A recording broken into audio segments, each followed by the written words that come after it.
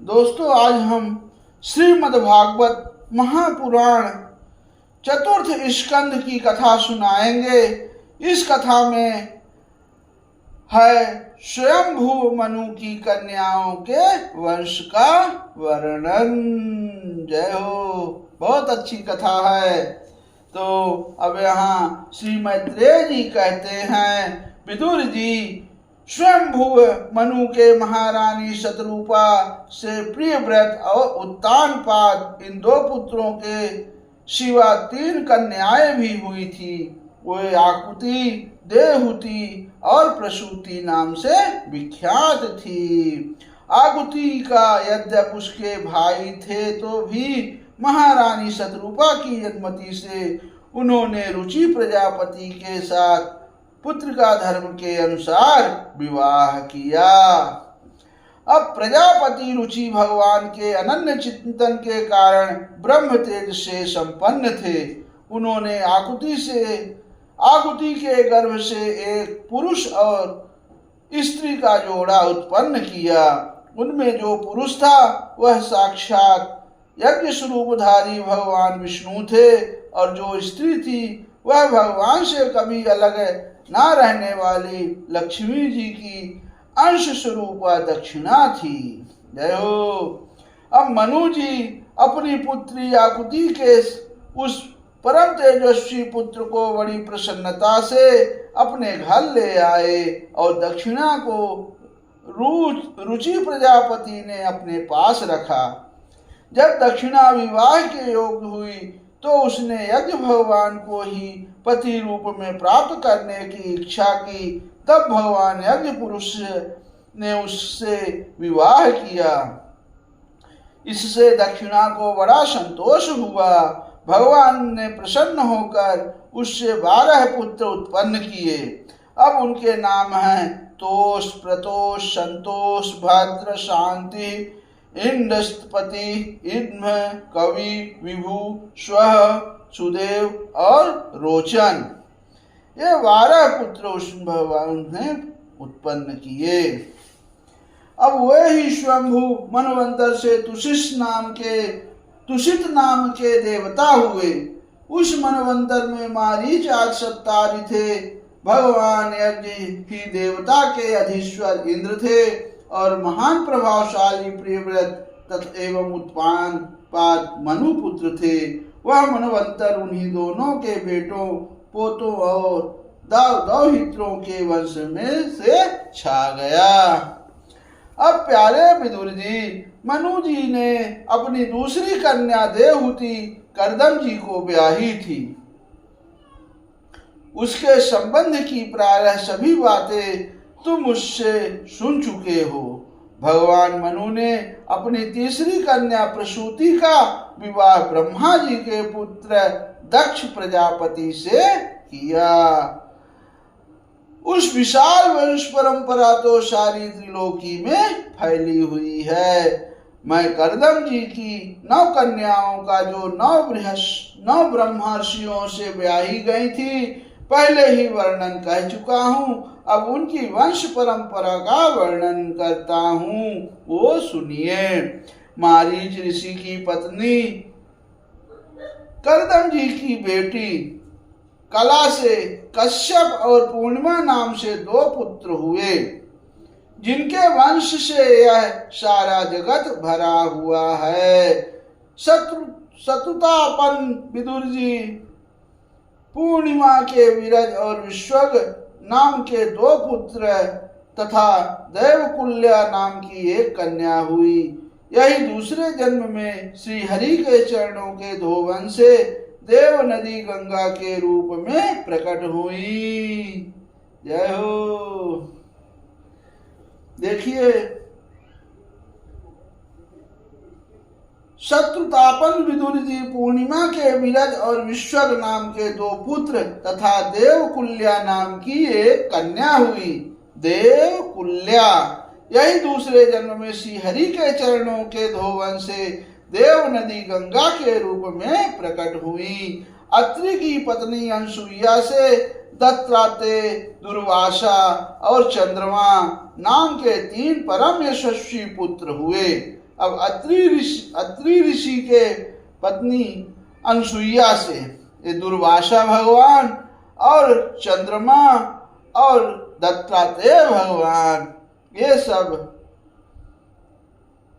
अनसुईया से प्रकट हुए। ये क्रमशः भगवान विष्णु, शंकर और ब्रह्मा के अंश से उत्पन्न हुए थे। अच्छा, जय हो। अब विदुर जी ने पूछा, गुरुजी कृपया यह बतलाइए कि जगत की उत्पत्ति, स्थिति और अंत करने वाले इन सर्वश्रेष्ठ देवों ने अत्रि मुनि के यहाँ क्या करने इच्छा से अवतार लिया। अब श्री मैत्रेय जी ने कहा, जब ब्रह्मा जी ने ब्रह्मज्ञानियों में श्रेष्ठ महर्षि अत्रि को सृष्टि रचने के लिए आज्ञा दी, तब वे अपनी सधर्मणी के सहित तप करने के लिए ऋक्ष नामक कुल पर्वत पर गए। वहां पलाश और अशोक के वृक्षों का एक विशाल वन था।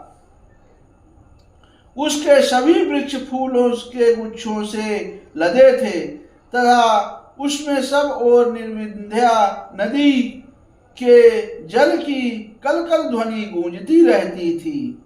उस वन में वे मुनिश्रेष्ठ प्राणायाम के द्वारा चित्त को वश में करके 100 वर्ष तक केवल वायु पीकर सर्दी गर्मी आदि द्वंद्वों की कुछ भी परवाह न कर एक ही पैर से खड़े रहे। उस समय वे मन ही मन यही प्रार्थना करते थे कि जो कोई संपूर्ण जगत के ईश्वर है, मैं उनकी शरण में हूँ, वे मुझे अपने ही समान संतान प्रदान करें। तब यह देख कर कि प्राणायाम रूपी ईंधन से प्रज्वलित हुआ अत्रि मुनि का तेज उनके मस्तक से निकलकर तीनों लोकों को तपा रहा है। ब्रह्मा, विष्णु और महादेव तीनों जगतपति उनके आश्रम पर आए। उस समय अप्सरा, मुनि, गंधर्व, सिद्ध, विद्याधर और नाग उनका सुयश गा रहे थे। उन तीनों का एक ही साथ प्रादुर्भाव होने से अत्रि मुनि का अंतःकरण प्रकाशित हो उठा। उन्होंने एक पैर से खड़े खड़े ही उन देवों को देखा और फिर पृथ्वी पर दंड के समान लौट कर प्रणाम करने के अनंतर अर्ध पुष्पादि पूजन की सामग्री हाथ में ले उनकी पूजा की। वे तीनों अपने अपने वाहन हंस, गरुण और बैल पर चढ़े हुए तथा अपने कामंडलू, चक्र, त्रिशूलादि चिन्हों से सुशोभित थे। उनकी आंखों में कृपा की वर्षा हो रही थी। उनके मुख पर मंद हास्य की रेखा थी जिससे उनकी प्रसन्नता झलक रही थी। उनके तेज से चौंधिया कर मुनिवर ने अपनी आंखें मूंद ली। वे चित्त को उन्हीं की ओर लगाकर हाथ जोड़ अति मधुर और सुंदर भावपूर्ण वचनों में लोक में सबसे बड़े उन तीनों देवों की स्तुति करने लगे। अब अत्रि मुनि ने कहा, भगवान, प्रत्येक कल्प के आरंभ में जगत की उत्पत्ति, स्थिति और लय के लिए जो माया के सत्वादि तीनों गुणों का विभाग करके भिन्न भिन्न शरीर धारण करते हैं, वे ब्रह्मा, विष्णु और महादेव आप ही हैं। मैं आपको प्रणाम करता हूँ। कहिए, मैंने जिनको बुलाया था आप में से वे कौन महानुभाव हैं? अब क्योंकि मैंने तो संतान प्राप्ति की इच्छा से केवल एक सुरेश्वर भगवान का ही चिंतन किया था, फिर आप तीनों ने यहाँ पधारने की कृपा कैसे की? आप लोगों तक तो देहधारियों के मन की गति नहीं है, इसलिए मुझे बड़ा आश्चर्य हो रहा है। आप लोग कृपा करके मुझे इसका रहस्य बतलाइए। अब यहाँ श्री मैत्रेय जी कहते हैं, समर्थ विदुर जी, अत्रि मुनि के वचन सुनकर वे तीनों देव हंसे और उनसे सुमधुर वाणी से कहने लगे।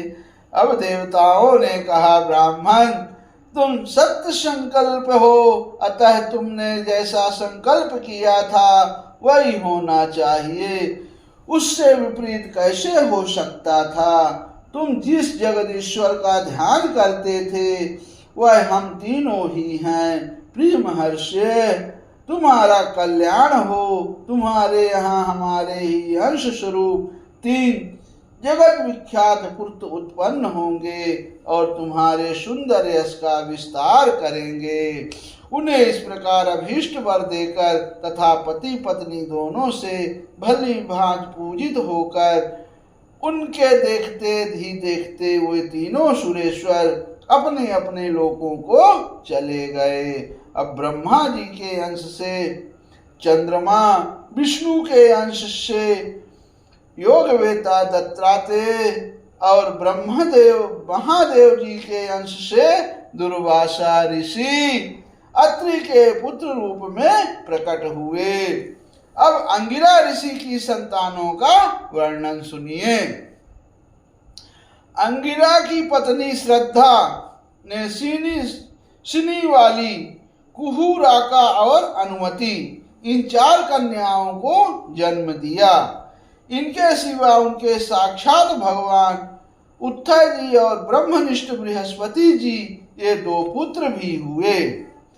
अच्छा, अंगिरा पद के पुत्र उतथ्य जी और ब्रह्मनिष्ठ बृहस्पति जी ये 2 पुत्र अंगिरा की पत्नी श्रद्धा के यहाँ से उत्पन्न हुए।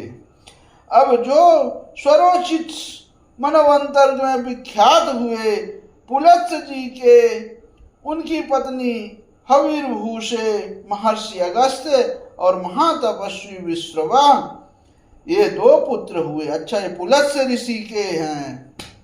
जय हो, बहुत अच्छी कथा। कौन से ऋषि, कौन से पुत्र हुए, मैं आपको पूरी कथा यहाँ बता रहा हूँ। अब अगस्त्य जी ने दूसरे जन्म में जठराग्नि हुए। विश्रवा मुनि के इड़विड़ा के गर्भ से यक्षराज कुबेर का जन्म हुआ और उनकी दूसरी पत्नी केशिनी से रावण, कुंभकर्ण एवं विभीषण उत्पन्न हुए। जय हो। विश्रवा मुनि के देखिए, फिर से मैं आपको बता रहा हूं, बहुत अच्छी बात है कि महातपस्वी विश्रवा ये अगस्त्य के पुत्र हैं, महर्षि अगस्त्य के पुत्र हैं। उनमें अगस्त्य जी दूसरे जन्म में जठराग्नि हुए। विश्रवा मुनि के इड़विड़ा के गर्भ से यक्षराज कुबेर का जन्म हुआ और उनकी दूसरी पत्नी केशिनी, उसका नाम जो रावण की माता है उसका नाम केशिनी था। सब लोग कैसकी कहते हैं, लेकिन सही नाम है केशिनी। अब महामते महर्षि पुलह को स्त्री परम साध्वी गति के कर्म श्रेष्ठ वरीयन और सहिष्णु ये 3 पुत्र उत्पन्न हुए। इसी प्रकार क्रतु की पत्नी क्रिया के ब्रह्म तेज से दैदीप्यवान वालखिल्याद 60,000 ऋषियों को जन्म दिया। हो, क्रतु की पत्नी क्रिया ने ब्रह्म तेज से दैदीप्यमान वालखिल्याद 60,000 ऋषियों को जन्म दिया। जय हो।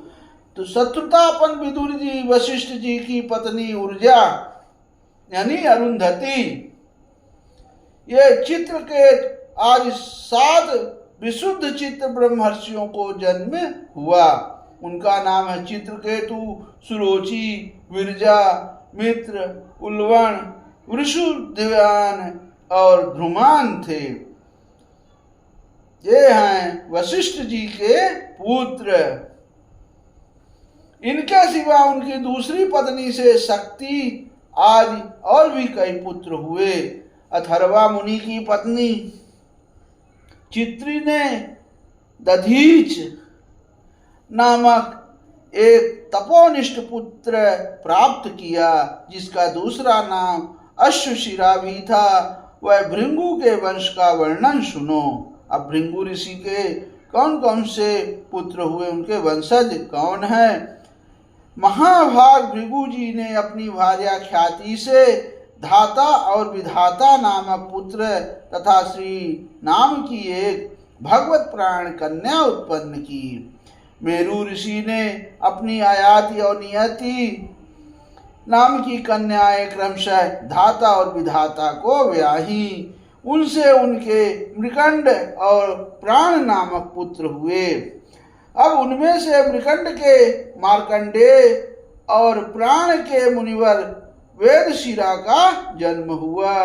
अच्छा, मृकंड के पुत्र मार्कंडेय हैं। भृगु जी ने एक कवि नामक पुत्र भी थे। उनका भगवान उष्णा यानी शुक्राचार्य हुए। अच्छा, जय हो। इन सब मुनीश्वरों ने भी संतान उत्पन्न करके सृष्टि का विस्तार किया। इस प्रकार मैंने तुम्हें यह करदम जी के दौहित्रों की संतान का वर्णन सुनाया। जो पुरुष इसे श्रद्धा पूर्वक सुनता है, उसके पापों का यह तत्काल नष्ट कर देता है। अब ब्रह्मा जी के पुत्र दक्ष प्रजापति ने मनुनंदनी प्रसूति से विवाह किया। उससे उन्होंने सुंदर नेत्र वाली 16 कन्याएं उत्पन्न की। भगवान दक्ष ने उनमें से 13 धर्म को, एक अग्नि को, एक समस्त पितृगणों को और एक संसार का संहार करने वाले तथा जन्म मृत्यु को छुड़ाने वाले भगवान शंकर को दी। अब श्रद्धा, मैत्री, दया, शांति, तुष्टि, पुष्टि, क्रिया, उन्नति, बुद्धि, मेधा, तितिक्षा ही और मूर्ति में ये धर्म की पत्नियां हैं। अब इनमें से श्रद्धा ने शुभ, मैत्री ने प्रसाद और दया ने अभय शांति से सुख, तुष्टि ने मोद और पुष्टि ने अहंकार को जन्म दिया। अच्छा, अब क्रिया ने योग, उन्नति ने दर्प, बुद्धि ने अर्थ, मेधा ने स्मृति, तितिक्षा ने क्षेम और हिंग यानी लज्जा ने प्रश्न, विनय नामक पुत्र उत्पन्न किया। समस्त गुणों की खान मूर्ति देवी ने नर नारायण ऋषियों को जन्म दिया। इसका जन्म होने पर यह संपूर्ण विश्व ने आनंदित होकर प्रसन्नता प्रकट की। उस समय लोगों के मन, दिशाएं, वायु, नदी और पर्वत सभी में प्रसन्नता छा गई। देखिए, नर और नारायण ऋषि। आकाश में मांगलिक बाजे बजने लगे, देवता लोग फूलों की वर्षा करने लगे, मुनि प्रसन्न होकर स्तुति करने लगे, गंधर्व और किन्नर गाने लगे, अप्सराएं नाचने लगी। इस प्रकार उस समय बड़ा ही आनंद मंगल हुआ तथा ब्रह्मादि समस्त देवता स्तोत्रों द्वारा भगवान की स्तुति करने लगे। अब देवताओं ने कहा, जिस प्रकार आकाश में तरह तरह के रूपों की कल्पना कर ली जाती है, उसी प्रकार जिन्होंने अपनी माया के द्वारा अपने ही स्वरूप के अंदर इस संसार की रचना की है और अपने उस स्वरूप को प्रकाशित करने के लिए इस समय इस ऋषि विग्रह के साथ धर्म के घर में अपने आप को प्रकट किया, उन परम पुरुष को हमारा नमस्कार है। अब जिनके तत्व का शास्त्र के आधार पर हम लोग केवल अनुमान ही करते हैं, प्रत्यक्ष नहीं कर पाते, उन्हीं भगवान ने देवताओं को संसार की मर्यादा में किसी प्रकार की गड़बड़ी ना हो, इसलिए सत्व गुण से उत्पन्न किया है। अब वे अपने करुणामय नेत्रों से जो समस्त शोभा और सौंदर्य के निवास स्थान निर्मल दिव्य कमल को भी नीचा दिखाने वाला है, हमारी ओर निहारें। प्यारे विदुर जी, प्रभु का साक्षात दर्शन पाकर देवताओं ने उनकी इस प्रकार स्तुति और पूजा की। तदंतर भगवान नर नारायण दोनों गंधमादन पर्वत पर चले गए।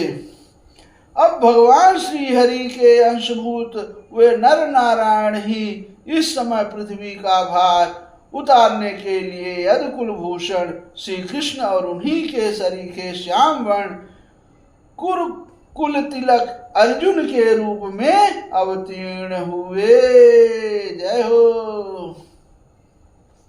ये अर्जुन और कृष्ण पिछले के जन्म में नर और नारायण थे।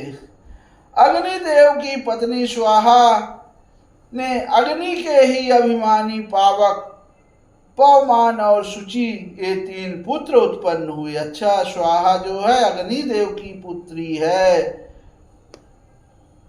ये तीनों ही हवन किए हुए पदार्थों का भक्षण करने वाले हैं, मतलब अभिमानी पावक पवमान और शुचि। ये तीनों ही 45 प्रकार के अग्नि और उत्पन्न हुए। ये ही अपने 3 पिता और 1 पितामह को साथ लेकर 49 अग्नि कहलाए। अब वेदज्ञ ब्राह्मण वैदिक यज्ञ कर्म में जिन 49 अग्नियों के नाम से अग्नेयी इष्टियां कहते हैं वो ही ये हैं। अब अग्निश्वात, वहिर्षद, सोमप और आज्यप ये पितर हैं। इनमें शाग्निक भी हैं और निर्गनिक भी हैं। इस सब पितरों की पत्नी दक्ष कुमारी स्वधा है।